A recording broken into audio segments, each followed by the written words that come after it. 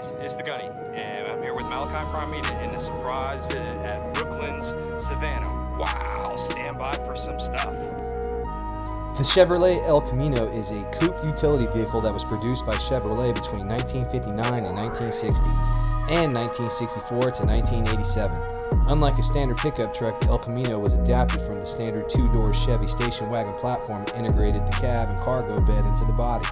Although based on corresponding General Motors car lines, the vehicle is classified in the United States as a pickup. GMC's badge-engineered El Camino variant, the Sprint, was introduced in the 1971 model year.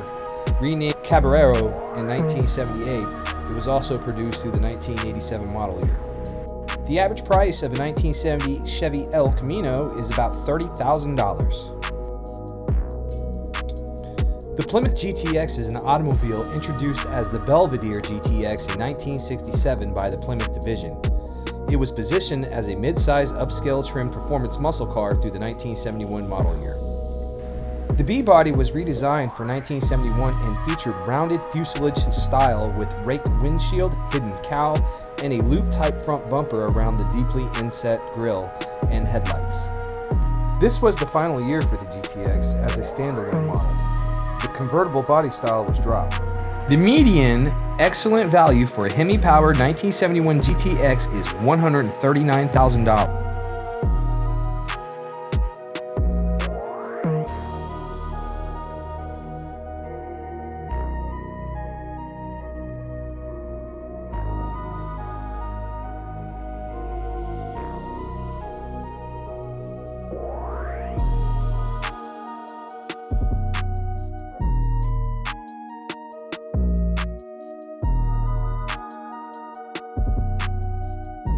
Don't forget to like and subscribe while you're viewing.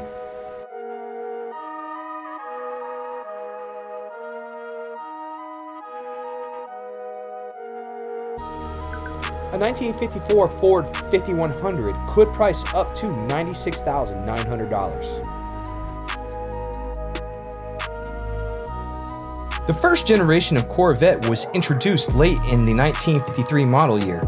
It appeared as a show car for the 1953 General Motors Motorama, held January 17th to 23rd at New York's most walled-off Astoria Hotel. Keating said it was 6 months to a year away from production readiness. The car generated enough interest to commerce mass production on June 30th, 1953. Producing a new name Stingray in the 1963 model, this was the first year of the Corvette coupe and it featured a distinct-tapering rear deck. Currently, a 1963 split-window Corvette is on sale for eBay at a staggering $499,900. The Chevrolet Supersport Roadster is a retractable hardtop convertible pickup truck manufactured by Chevrolet between 2003 and 2006. The 2003 and 2004 model years used General Motors 5.3-liter 300 horsepower Vortec 5300 V8.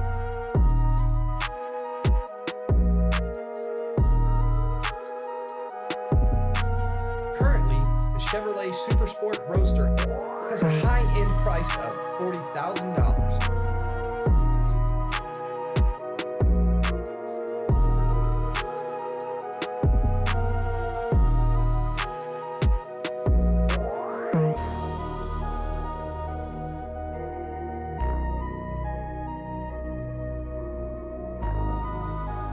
The Jeepster is an automobile originally produced by Willy's Overland Motors from 1948 to 1950. It was developed to fill a gap in the company's product line, crossing from their utilitarian proto-SUVs and trucks to the passenger automobile market.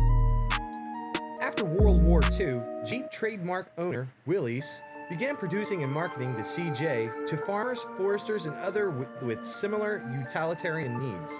The company also began producing the Jeep Wagon Panel utility pickup in 1946 and the Jeep Truck in 1947.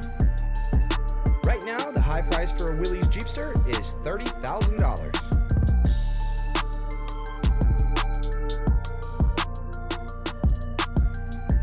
The Volkswagen Beetle, officially Volkswagen Type 1, is a two-door, rear-engine economy car intended for 5 occupants. Later, Beetles were restricted to 4 people in some countries. that was manufactured and marketed by German automaker Volkswagen from 1938 until 2003. The original concept behind the first Volkswagen, the company, and its name is the notion of a people's car, a car affordable and practical enough for common people to own. Hence the name, which is literally people's car in German.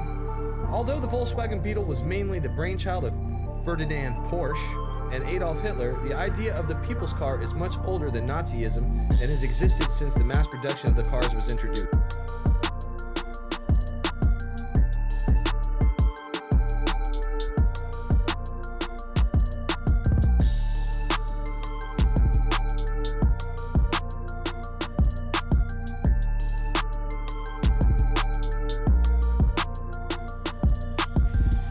Did you know on April 27, 2022, General Motors president announced that Chevrolet is developing a fully electric version of the Corvette?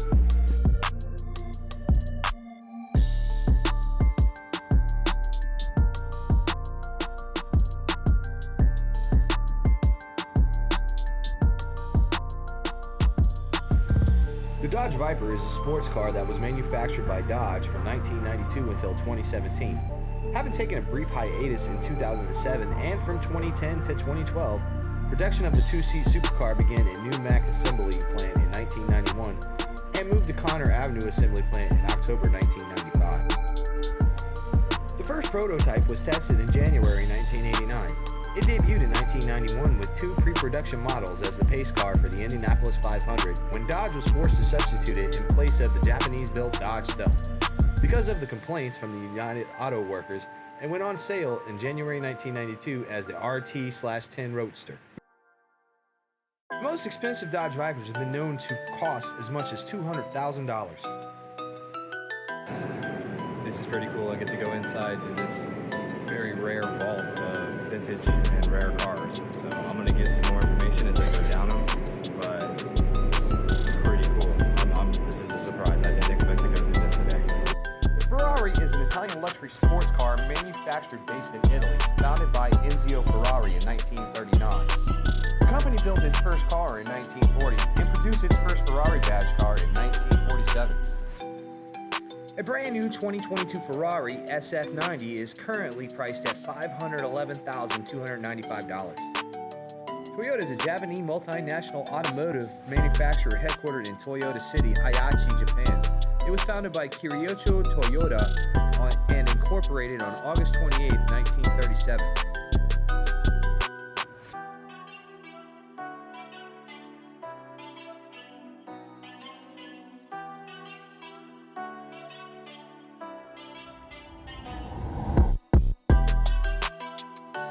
Currently, a 2022 Rolls-Royce Phantom will go for $465,000.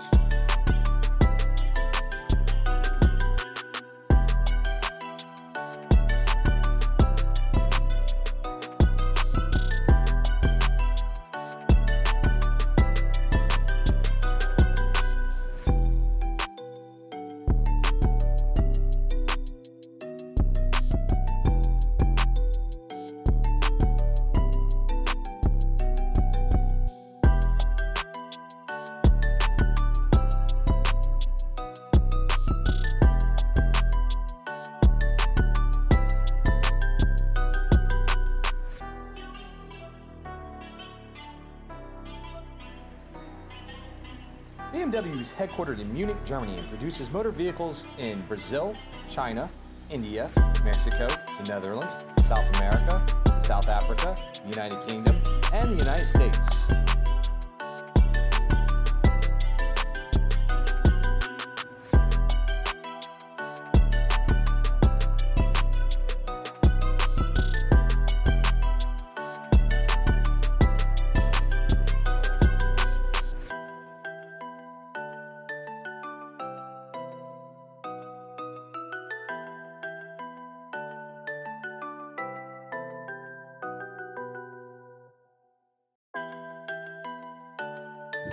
Wow.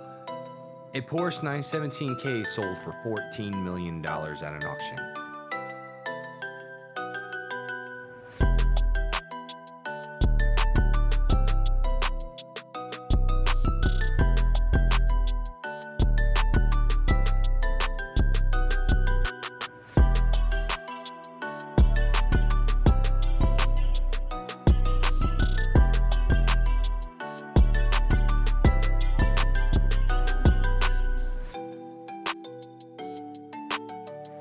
Currently, to order a 2023 Corvette Stingray convertible, it will cost you around $73,095.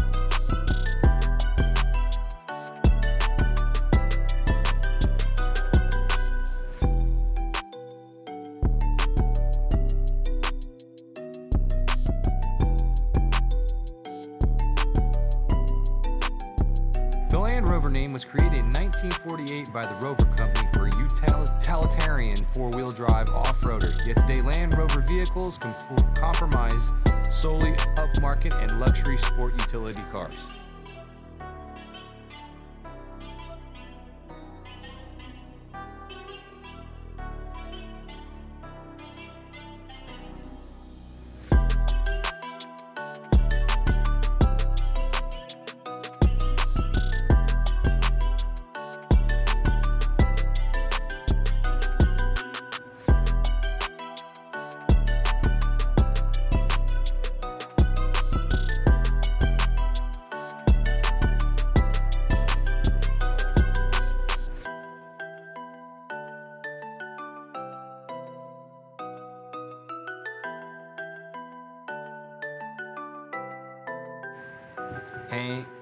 Hang tight there for just a couple more minutes. We're getting to where we got some other nice things you're gonna really want to stick around for.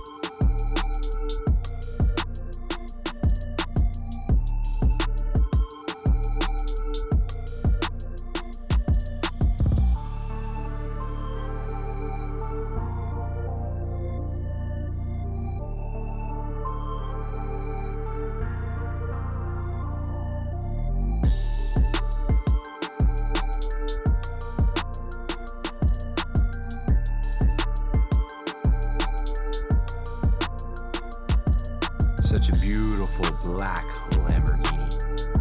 This thing reminds me of Knight Rider.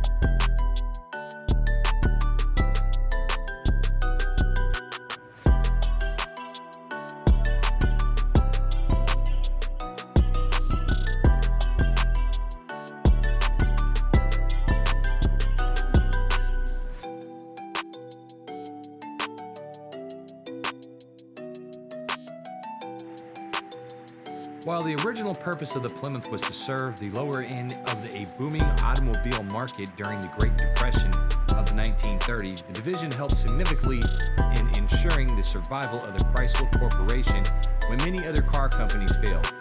Beginning in 1930, Plymouths were sold by all three Chrysler divisions, Chrysler, DeSoto, and Dodge. Plymouth sales were a bright spot during this dismal automotive period, and by 1931, Plymouth rose to the number 3 in sales among all cars.